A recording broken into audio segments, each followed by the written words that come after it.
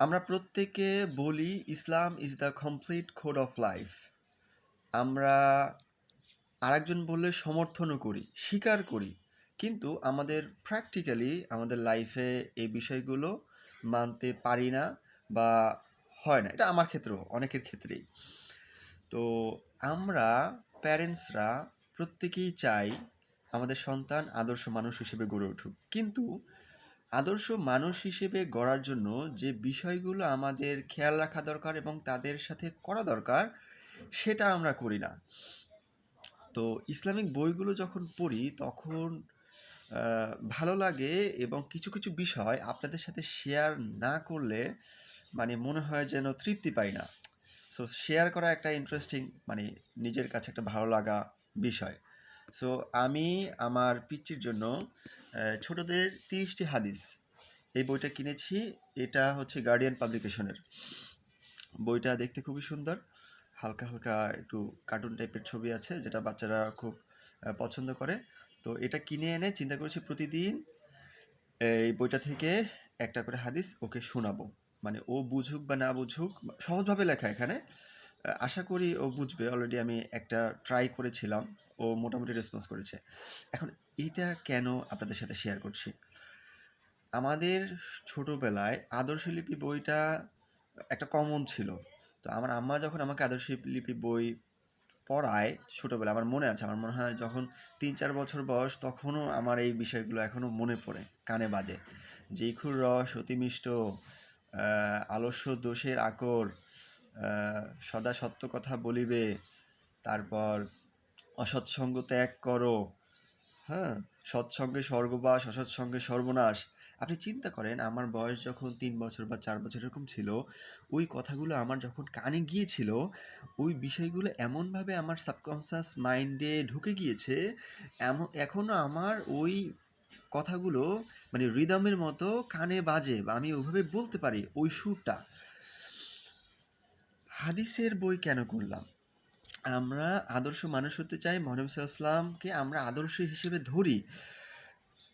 সে তার লাইফে কখনো কোনো মিথ্যা বলে নাই, হোল লাইফ, ছোটোবেলা থেকে একদম মৃত্যুর আগ পর্যন্ত। এটা কি আমাদের কথা? তার যারা এনিমি ছিল, শত্রু ছিল, তারা পর্যন্ত স্বীকার করতো যে সে খুবই ভালো মানুষ, সত্যবাদী, বিশ্বাসী। কিন্তু ওই যে যখন ধর্ম প্রচার করতে যায়, ইসলাম ধর্ম, তখন তারা বলে যে না, এটা ভালো না। তো যাই হোক, কাফেররাই তখন স্বীকার করতো যে সে কখনো মিথ্যা বলতো না, সত্যবাদী। হ্যাঁ, তো এই হচ্ছে বিষয়। তো এখন আমরা প্যারেন্টসরা মানে অনেক সময় কমপ্লেন করি, আমার ছেলে ভালো না, বা আমার বাচ্চা এটা করেছে ওটা করেছে, বা অন্য বাচ্চাদের সাথে মিশে নষ্ট হয়েছে। কিন্তু আমরা কি কখনো তাকে এই ভালো যে লেসনগুলো বা হ্যাবিটগুলো, এগুলো করার জন্য আমরা কি কখনো ইনফ্লুয়েন্স করেছি, চর্চা করেছি, বা তাকে শুনিয়েছি? তো এটা না করেই আমরা যদি এক্সপেক্ট করি সে আদর্শ মানুষ হবে, তাহলে এটা তো আসলে পসিবল না, প্র্যাকটিক্যালি যে বিষয়টা। তো এর জন্য আমি আপনাদেরকে মানে আমি এই বিষয়টা ফিল করে এটা চেষ্টা করছি। সো আপনাদের সাথে শেয়ার করার উদ্দেশ্য যে হয়তো এর দ্বারা আপনারা উপকৃত হতে পারেন। আমরা তো একটা সুন্দর সমাজ গড়তে চাই, তাই না?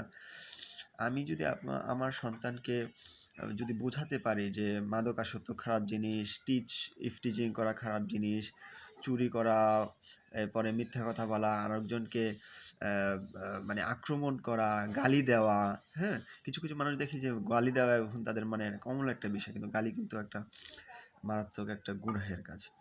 এরপরে চাঁদাবাজি করা একটা অন্যায় কাজ, ছিনতাই করা অন্যায় কাজ, ইফটিজিং করা অন্যায় কাজ।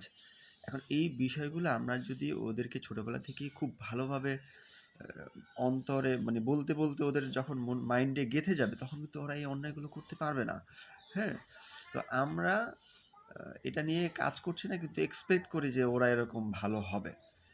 সো এই হচ্ছে বিষয়। আমি যে মানে আমি যে নিজে একদম সব কিছুতে পারফেক্ট, বিষয়টা এরকম না।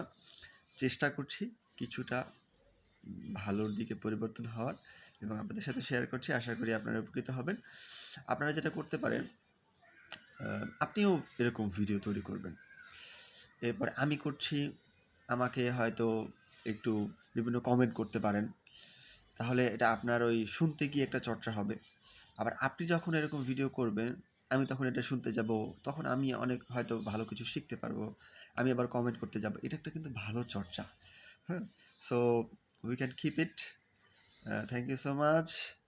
I hope we will change our society and our country. Allah Hafiz.